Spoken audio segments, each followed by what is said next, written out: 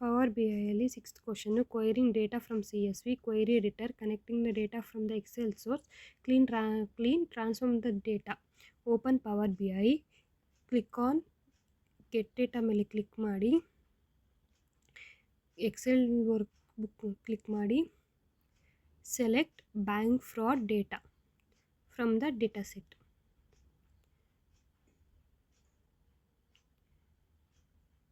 Open ಮೇಲೆ click ಮಾಡಿ,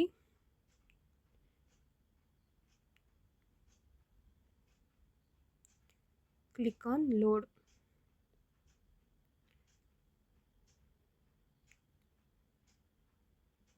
data is loaded. Load ಆಗಿರೋ ಡೇಟಾನ ನಾವಲ್ಲಿ ನೋಡ್ಬೋದು. Click on transform data. In that click transform data. ಈಗ ಒಂದು ಪೇಜ್ ಓಪನ್ ಆಗಿದೆ, ಆ ಪೇಜ್ ನೋಡ್ಬೋದು. ಅಲ್ಲಿ ಡೇಟಾಸ್ ಎಲ್ಲ ಇರುತ್ತೆ. ಫಸ್ಟ್ ಆಪ್ಷನ್ನು ರಿಮೂವಿಂಗ್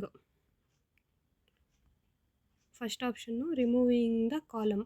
ಸೊ ಸೆಲೆಕ್ಟ್ ಒಂದು column, right click remove option. ಇಲ್ಲಿ ನಾವು ನೋಡ್ಬೋದು ನಾವು ಯಾವ್ಯಾವ ಆಪ್ರೇಷನ್ ಮಾಡಿದ್ದೀವಿ, ಅಂದರೆ ಯಾವ್ಯಾವ ವರ್ಕ್ ಮಾಡಿದ್ದೀವಿ ಅನ್ನೋದು ಈ ಕಡೆ ಕಾಣಿಸುತ್ತೆ. ಕಾಲಮ್ ಇಸ್ ರಿಮೂವ್, ಅದು ಇಲ್ಲಿ ಕಾಣಿಸ್ತಿದೆ. Removed column. Next, to remove multiple columns, click on control and select. ಯಾವ್ಯಾವ ಕಾಲಮ್ ಡಿಲೀಟ್ ಮಾಡಬೇಕು ಅಂತ ಸೆಲೆಕ್ಟ್ ಮಾಡಿ, we can select, right click and we can also remove. Otherwise select and in the top ನಾವು ಮೇಲ್ಗಡೆ remove columns ಅಂತ ಕಾಣಿಸ್ತಿರುತ್ತೆ, ಅದನ್ನು click ಮಾಡಿ remove columns ಅಂತ ಕೊಡ್ಬೋದು. ಇವಾಗ ಕಾಲಮ್ಸ ರಿಮೂವ್ ಆಗುತ್ತೆ.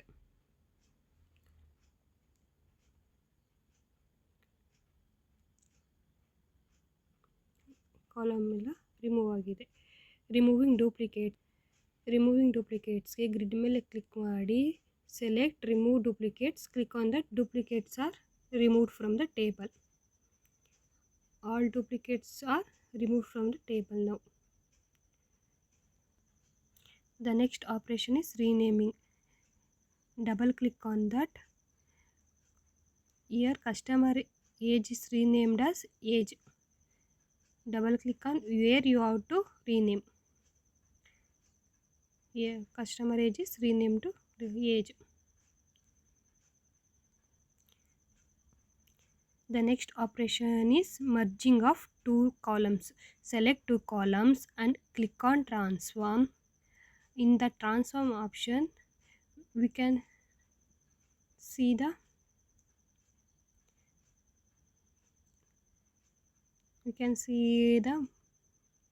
merge option. Click on merge columns.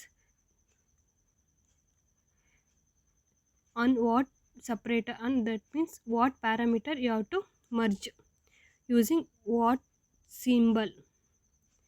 Here ಇಲ್ಲಿ ನಾನು ಕೋಲನ್ ಯೂಸ್ ಮಾಡಿಕೊಂಡು ಮರ್ಜ್ ಮಾಡ್ತಾ ಇದ್ದೀನಿ. ಓಕೆ ಮೇಲೆ ಕ್ಲಿಕ್ ಮಾಡಿದಾಗ ಅವೆರಡು ಮರ್ಜ್ ಆಗಿ ಅಲ್ಲಿ ಮರ್ಜ್ಡ್ ಅಂತ ರೀನೇಮ್ ಆಗುತ್ತೆ. You can change it as, ನೀವು ಹೇಗೆ ಬೇಕೋ ಹಾಗೆ ರೀನೇಮ್ ಮಾಡ್ಬೋದು.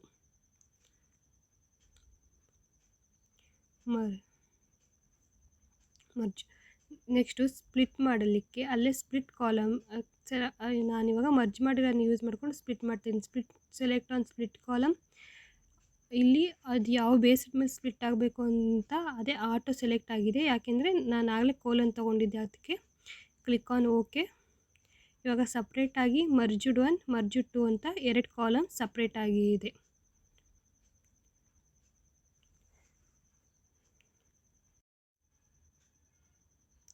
Next operation sorting operation.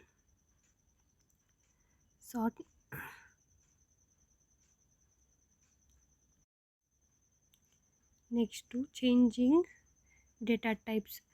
ಅಲ್ಲಿ 1 2 3 1.2 ಇವೆಲ್ಲ ಏನು ತೋರಿಸುತ್ತೆ ಅಂದರೆ decimal number, whole number or alphabets or date or time, ಅದು ಯಾವ ಟೈಪ್ ಅಂತ ತೋರಿಸುತ್ತೆ. ಅದನ್ನು ಚೇಂಜ್ ಮಾಡಲಿಕ್ಕೆ ಅದ್ರ ಮೇಲೆ ಕ್ಲಿಕ್ ಮಾಡಿ ನಿಮಗೆ ಯಾವ ಡೇಟಾ ಟೈಪ್ ಬೇಕು ಅಂತ ಚೇಂಜ್ ಮಾಡ್ಬೋದು. 1.2 it's a decimal number.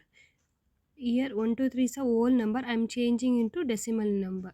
It's changed to decimal number. We can see there 1.2 is changed to decimal number. After doing all these operation, close and apply. Now the data sets are applied. Close and applied. Thank you. Please like and share, subscribe.